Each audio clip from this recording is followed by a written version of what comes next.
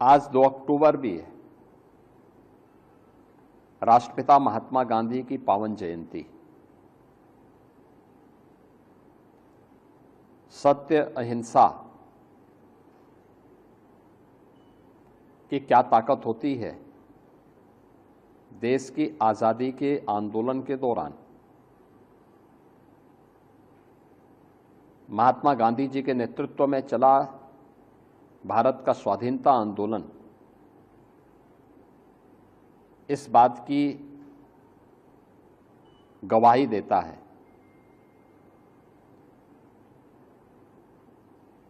पूरी दुनिया के लिए यह शोध और उत्सुकता का कारण भी बना हुआ है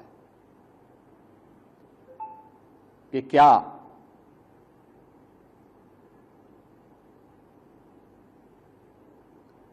केवल सत्य और अहिंसा के मार्ग का अनुसरण करके ही आजादी पाई जा सकती है। लेकिन भारत ने वह करके दिखाया। यही नहीं, भारत की स्वाधीनता आंदोलन में राष्ट्रपिता महात्मा गांधी का पदार्पण जिन मूल्यों और मुद्दों के आधार पर हुआ था, उसमें स्वदेशी का एक महत्वपूर्ण भूमिका है। स्वदेशी कैसे समाज को एकता के सूत्र में बांधने का कार्य कर सकता है और कैदे विदेशी हुकूमत की जड़ों को उखाड़ फेंक देता है। भारत का स्वाधीनता आंदोलन सत्य और अहिंसा के मार्ग का अनुसरण करते हुए, स्वदेशी का अवलंबन करते हुए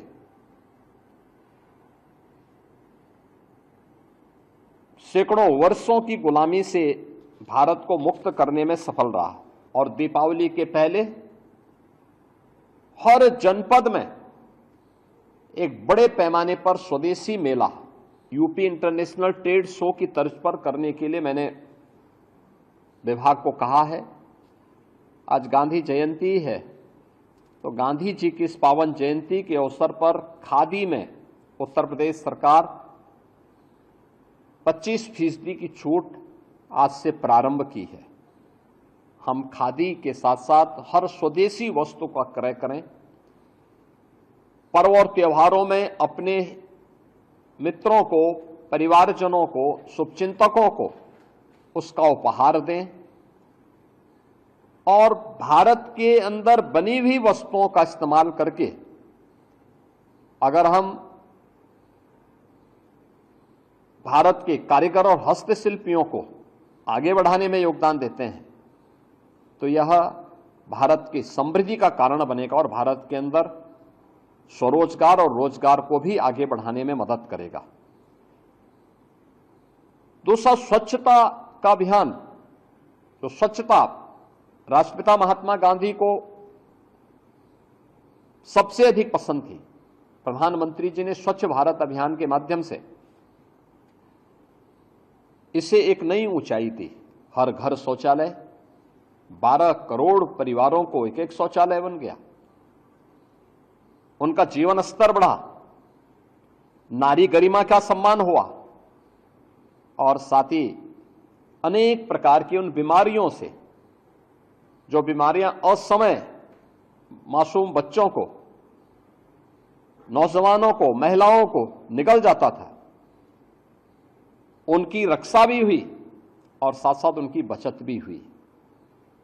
स्वच्छता हमारी पहचान बन चुकी है, भारत का एक ब्रांड बन चुका है। तो स्वच्छता का एक कार्यक्रम भी राष्ट्रपिता महात्मा गांधी की देन है।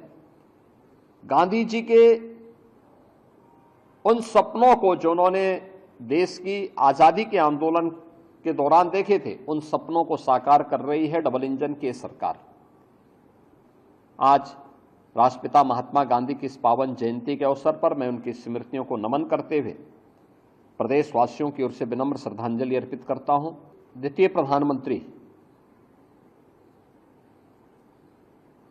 स्वर्गीय लाल बहादुर शास्त्री जी की भी पावन जयंती है। वे देश के स्वाधीनता संग्राम सेनानी में अग्रिम पंक्ति के सेनानी थे। बापू के प्रखर अनुयायी थे। स्वदेशी और स्वावलंबन के पक्षधर थे। भारत की कृषि आत्मनिर्भर हो, ये मॉडल सरदार लाल बहादुर शास्त्री जी के द्वारा ही देशवासियों को दिया गया। जय जवान जय किसान भारत के नागरिकों के मन में और खाद्यान्न आत्मनिर्भरता के लक्ष्य को प्राप्त करने की दिशा में भारत आगे बढ़ सके। भारत शांति का पक्षधर है, लेकिन कोई भारत पे युद्ध थोपेगा तो भारत मुंहतोड़ जवाब देगा। 1965 के भारत पाकिस्तान युद्ध के दौरान भारत की विजय इस बात का प्रदर्शन करती है और वह लाल बहादुर शास्त्री जी के नेतृत्व में भारत ने उस शक्ति का एहसास न केवल पाकिस्तान को बल्कि दुनिया को कराया था। मैं आज के इस अवसर पर शास्त्री जी की स्मृतियों को भी नमन करते हुए प्रदेशवासियों की ओर से उन्हें विनम्र श्रद्धांजलि अर्पित करता हूं। मैं एक बार फिर से पूरे प्रदेशवासियों को विजयादशमी की हृदय से बधाई और मंगलमय शुभकामनाएं देता हूं और सबसे अपील करता हूं कि पर्व और त्योहार